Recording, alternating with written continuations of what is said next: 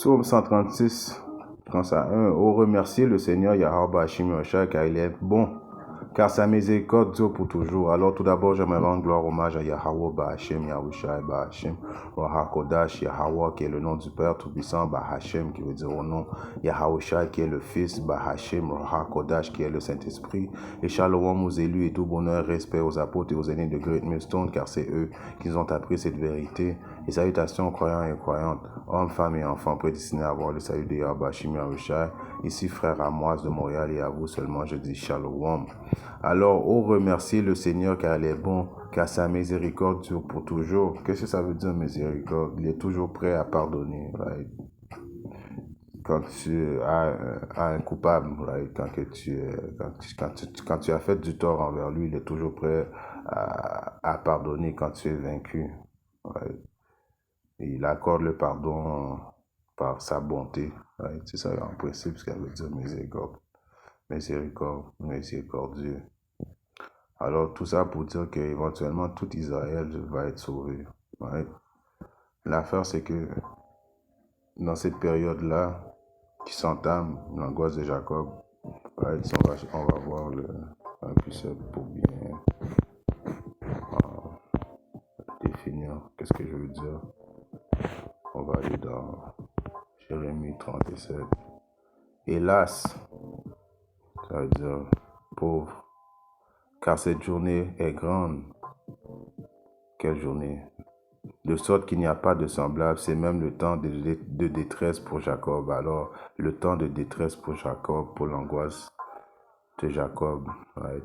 Cette période où il n'y aura pas de période de semblable sur terre, une période de noirceur, une période de destruction, une période de lamentation, Troisième Guerre mondiale, l'implantation de la marque de la bête, la période de la tentation, right? Les fléaux, right? Tout en même temps va arriver dans cette période-là. Mais il en sera délivré. Alors, peu importe que nous allons passer par cette période-là, éventuellement, Israël, tout Israël va être sauvé. Right? Parce que dans ce monde, ils disent qu'il y a une place qui s'appelle l'enfer, right? Où les pécheurs devront brûler pour l'éternité. Alors, imaginez-vous si nous sommes tous des pécheurs, alors éventuellement nous allons tous brûler pour l'éternité, chose qui ne fait pas de sens. Pourtant, quand je viens de lire, notre Dieu, le Dieu d'Israël, Yahweh Hashim Yoshai, est un Dieu miséricordieux qui est toujours prêt à pardonner. Si on regarde dans le passé, il a toujours été prêt à pardonner son peuple, Israël. Mais cette fois, le plan, ce ne sera pas comme dans le temps d'Égypte, quand il est venu nous amener le salut aux Égyptes, dans l'Égypte. Nous étions tous là et il nous a délivrés tous en même temps. Mais cette fois-là, il va délivrer juste les élus. Right? Et éventuellement, les 2 tiers, ceux qui ne se sont pas repentis, ceux qui ne croient pas en lui, devront mourir dans la deuxième mort. Et éventuellement, grâce aux élus, ils deviendront notre projet. Et tous eux autres vont devenir notre projet mutuel et vont revenir dans le royaume avec une conscience rétablie, parce que Yahweh Hashim Yoshai va les avoir, comme on dit, purifiés par le feu, par la destruction. Et éventuellement, ils vont revenir dans le royaume. Tout Israël va être sauvé. Right? Il n'y a pas d'Israël qui va brûler à l'enfer éternellement. Ça ne démontrait pas que Yahweh Hashim Yoshai est un Dieu miséricordieux. Même le diable qui est Esau, l'homme rouge, l'homme blanc, et les autres nations qui ont participé à l'oppression de la nation d'Israël ne vont même pas brûler à jamais. Oui, il est vrai, il va y avoir un lac de feu, right? Les 200 millions de bombes nucléaires qui vont s'attarder sur les États-Unis. Tous les Édomites aux États-Unis vont devoir mourir. Mais éventuellement, ils vont régénérer et revenir servir leur punition, leur sentence. Right? Ils vont revenir dans l'esclavage pendant 1000 ans. Et après ça, Yahweh Hashim Yoshai va les brûler. Et les autres nations vont purger leur peine d'esclavage aussi. Et puis, éventuellement, Yahweh Shimashai va déplacer chaque nation dans leur propre pays. Alors, vous voyez que Yahweh Shimashai est miséricordieux, il est toujours prêt à pardonner. Ouais. C'est pour ça qu'il est écrit dans le livre de Zacharie 13 et 8. Il arriva dans tout le pays, dit le Seigneur, que 2 parts y seront retranchés et mourront. Alors il est vrai qu'il y a 2 tiers d'Israël qui va mourir. Ils vont mourir d'une mort atroce, sauvage, right? Yeah. Une mort brutale, violente, right? Que ce soit par les 200 millions de bombes nucléaires, que ce soit par l'épée de Yahweh Shimashai qui est Issa, right? Que ce soit par les bêtes sauvages qui vont les dévorer, que ce soit par des pestilences, right? Ils vont devoir payer. Mais la troisième, il restera. Alors le troisième, le tiers, va y rester et va avoir le salut. Et ce tiers-là est composé des optimistes élus qui font les exigences de Yahweh Shimashai en ce temps, right? Comment? En prophétisant, en allant dans les rues, dans les haies, right? En faisant des vidéos sur YouTube. Right? Et dans le tiers, il y a aussi les hommes et femmes prédestinés à avoir le salut de Yahweh Shimashai. Je continue à lire. Et je ferai passer cette troisième part par le feu, et je les affinerai comme on affine l'argent, et je les éprouverai comme on éprouve l'or. Ils appelleront mon nom, et je les entendrai. Je dirai, c'est mon peuple, et diront, le Seigneur est mon Dieu. Alors Yahweh Shimashai va nous faire passer, quand je dis nous, les optimistes élus, par le feu, par la tribulation. Il va nous éprouver, il va nous tester dans cette période de la tentation à voir si on va prendre la marque de la bête et non. Mais nous savons que les vrais élus prédestinés à avoir le salut de Yahweh Shimashai vont rester honnêtes à Yahweh Shimashai à la fin. Que ce soit pour la vie ou pour la mort, ils vont rester honnêtes. Ils appelleront mon nom. Alors qui appelle le nom de Yahweh Shimashai présentement? Ce sont seulement les optimistes élus. Et il va nous entendre. Je dirai, c'est mon peuple. Et ils diront, il est mon Seigneur, mon Dieu, Yahweh Shimashai. Right?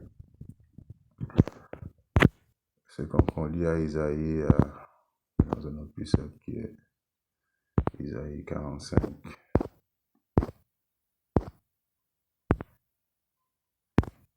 Et 17. Mais Israël sera sauvé dans le Seigneur d'un salut éternel. Vous ne serez ni honteux ni confus à jamais. Alors, présentement, il y a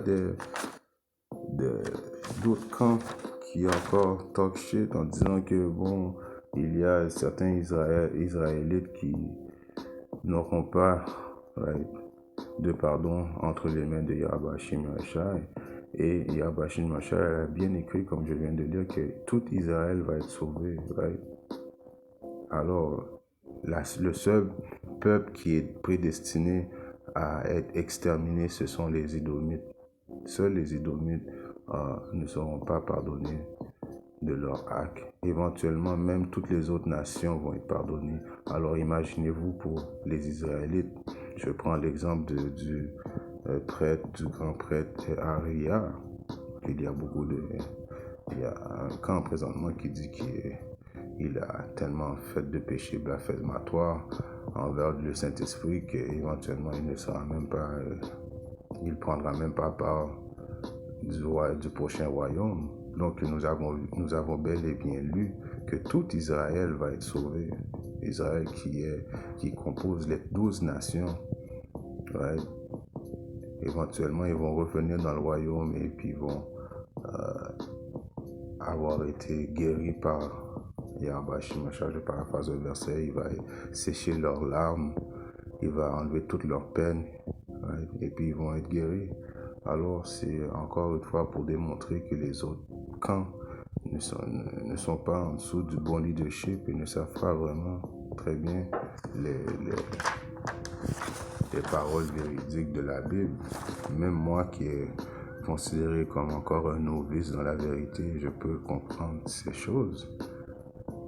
Que le film de Yahweh Shemashai présentement est que il y a un groupe qui est le 2 tiers, ceux qui n'adhèrent pas à ces lois, statuts et commandements, ceux qui font de Isor leur Dieu, ceux qui mettent confiance en Égypte, en voulant dire l'Égypte, en voulant dire les Édomites de ce monde, vont devoir mourir. Mais ça ne veut pas dire que Yahweh Shemashai n'est pas miséricordieux pour ne pas les pardonner de leurs péchés. C'est pour ça qu'il est appelé le Dieu miséricordieux et sa miséricorde dure pour toujours, car il est toujours prêt à pardonner son peuple. Right? Si on regarde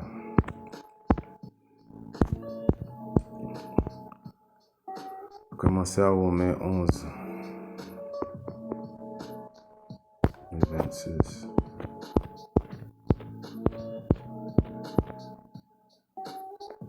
Et ainsi, tout Israël sera sauvé.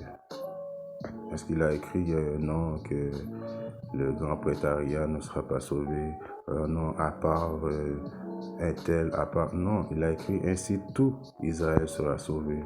Comme il est écrit, il sortira de Sion le libérateur qui est le libérateur Yahweh Shai, son fils, et il détournera l'impitié de Jacob. Right? Car ceci est mon alliance envers eux lorsque j'ôterai leurs péchés. Right? Alors éventuellement, présentement nous sommes dans la période de grâce, right? La période où nous devons retourner le plus vite possible à notre pouvoir, notre Dieu, afin qu'il puisse nous pardonner. Mais qui va faire ça dans cette période-là? Seuls les optimistes élus. Right? Les 2 tiers ne le feront pas. Right? Et ce qui concerne l'évangile et son ennemi à cause de vous. Mais quant à l'élection, ils sont bien aimés à cause des pères. Right? L'élection, qui est l'élection? Ce sont les optimistes élus. Right? Il est écrit, je relis, en ce qui concerne l'évangile, ils sont ennemis à cause de vous, mais quant à l'élection, ils sont bien aimés à cause des pères, car les dons et l'appel de Dieu sont sans repentance. Car comme vous autrefois n'avez pas cru Dieu, cependant vous avez maintenant obtenu miséricorde par leurs incrédulités. Oui, certainement, ceux-ci aussi maintenant n'ont pas cru, pour que par l'intermédiaire de votre miséricorde, eux aussi puissent obtenir la miséricorde. Car Dieu les a tous relégués dans l'incrédulité, afin qu'ils puissent avoir miséricorde envers vous. Alors Yahweh Shemashai les a envoyés dans un esprit de non-croyance, en voulant dire que ce n'était pas dans le plan de Yahweh Shemashai de faire en sorte que les 2 tiers obtiennent la vérité dans cette période-là. Mais ça ne veut pas dire que Yahweh Shemashai va les détruire et qu'ils n'auront pas accès au royaume prochain. Le royaume prochain est destiné aux Israélites au complet. Ils vont devoir revenir grâce aux élus qui vont avoir cru dès la première fois. C'est ça que ça veut dire en principe. Et si on va à Hébreu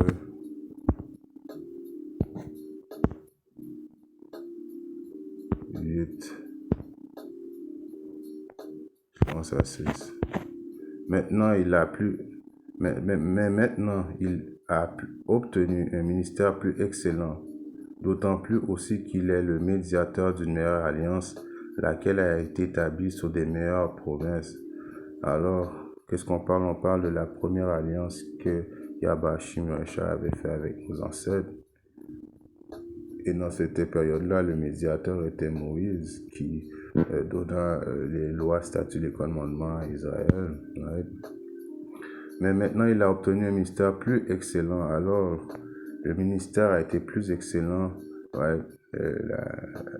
Grâce à Yahweh Shai, qui est le médiateur d'une meilleure alliance. À cause maintenant, notre médiateur, qui veut dire celui qui est entre le Père et nous, c'est Yahweh Shai. Avant, nous devions adhérer aux lois, statuts, les commandements du milieu de notabilité. Et c'est juste Yahweh Shai, quand il est venu sur terre, qu'il a pu respecter dans son entièrement les lois, statuts et les commandements. Right? C'est pour ça qu'il a été digne d'être l'agneau parfait, afin qu'il donne son sang pour éventuellement pouvoir délivrer la nation d'Israël. C'est grâce à Yahushua et non grâce aux lois, statuts et les commandements. Right? Parce que si ça aurait été grâce aux lois, statuts et les commandements, nous aurions été détruits. Car si la première alliance avait été sans faute, alors il n'y aurait pas eu lieu d'avoir cherché la seconde, qui est Yahushua. Ça veut dire que la première alliance, nous n'étions pas capables de la respecter. Right? Car trouvant faute en eux, il dit, voici le jour vienne, dit le Seigneur, lorsque je ferai une nouvelle alliance avec la maison d'Israël et avec la maison de Juda. Non seulement l'alliance que j'ai faite avec leur père au jour où je les ai pris de la main pour les conduire hors d'Égypte, parce qu'ils n'ont pas continué dans mon alliance, et je n'eus pas d'égard pour eux, dit le Seigneur. Car c'est ici l'alliance que je ferai avec la maison d'Israël après ces jours-là, dit le Seigneur. Right? Éventuellement, quand Yahweh Shai va transpercer le ciel, right? Et nous savons qu'il vient sauver les élus, right? Quand il va venir, et puis on va avoir les nouveaux corps, parce que présentement nous sommes dans les corps de chair, des corps corruptibles. Éventuellement il va nous donner des corps incorruptibles. Alors je mettrai mes lois dans leur cerveau. Alors Yahweh Shai va tout inscrire, les lois, statuts, les commandements dans leur cerveau, et les écrire dans leur mind, dans leur cœur, et je leur serai un Dieu, ils me seront un peuple. Ils n'enseigneront plus chaque homme son voisin et chaque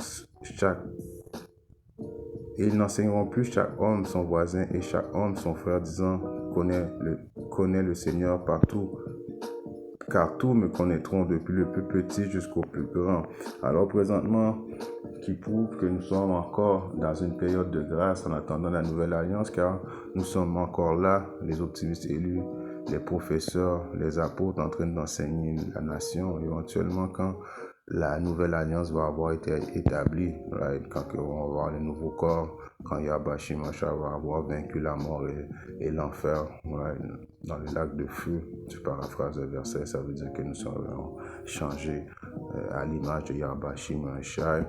Nous n'aurons plus besoin d'enseigner nos prochains, car du plus petit au plus grand, ça veut dire du roi David jusqu'au plus petit des Israélites. Encore une fois, ça démontre qu'il y a un ordre à suivre. Comme qu'il y a un ordre dans le ciel, il va y avoir le même ordre sur le paradis terrestre. Alors du plus petit jusqu'au plus grand, du roi David jusqu'au plus petit Israélite, va avoir les lois, statuts, les commandements dans leur main, dans leur cœur. Éventuellement, ils ne pourront plus pécher quand Yahweh Shai, qui démontre que tous les Israélites vont vivre éternellement, car il n'y aura plus de péché. Right? Alors encore une fois, ça démontre aussi que Yahweh Shai est un Dieu miséricordieux, car tout Israël va éventuellement vivre éternellement dans le royaume. La seule différence, c'est que cette période, qui est la période de la deuxième mort, seuls les optimistes élus vont transiger de ce monde-là à être avec Yahushua pendant 1000 ans, en train d'être assis avec lui comme on dit, des aristocrates. Ils vont faire partie du nouveau gouvernement, du gouvernement de Yahweh Shai.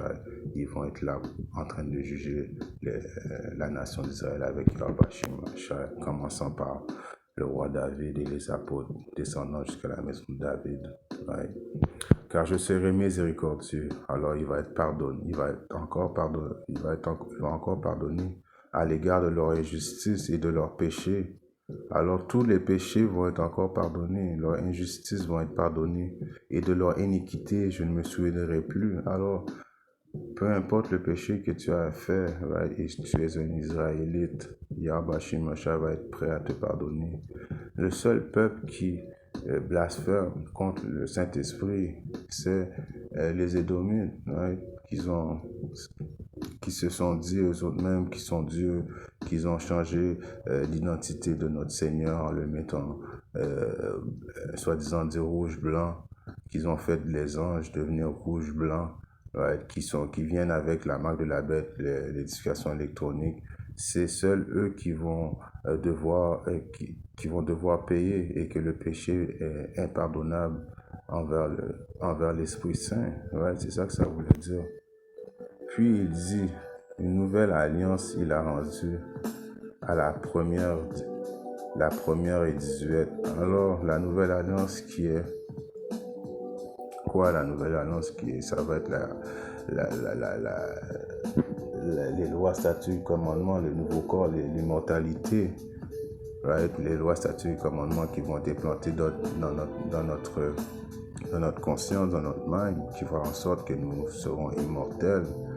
Or, ce qui se détériore et devient vieux, alors, comme que Yahweh Shimashah dit, il va faire, je paraphrase ce verset, il va faire tout. Les choses anciennes être oubliées, il va venir avec des nouvelles choses, right? Est prêt à disparaître, alors elle est prête à faire disparaître, right? En voulant dire que nous sommes encore dans la période de grâce. Et à la venue de Yahweh Shimashah, automatiquement que Yahweh Shimashah vient et change nos corps et qu'il met les lois statuts dans les lois et commandements dans notre mind, va être le début de la nouvelle alliance, la vie éternelle à jamais. Si je regarde un précepte, puis je vais finir avec ça.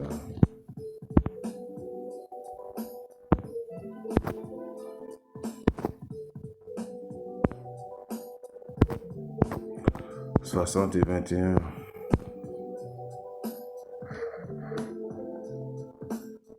Et ton peuple entier sera droit. Alors tout le peuple entier, toute la nation d'Israël éventuellement va être droit. Ils posséderont un héritage dans le pays à toujours.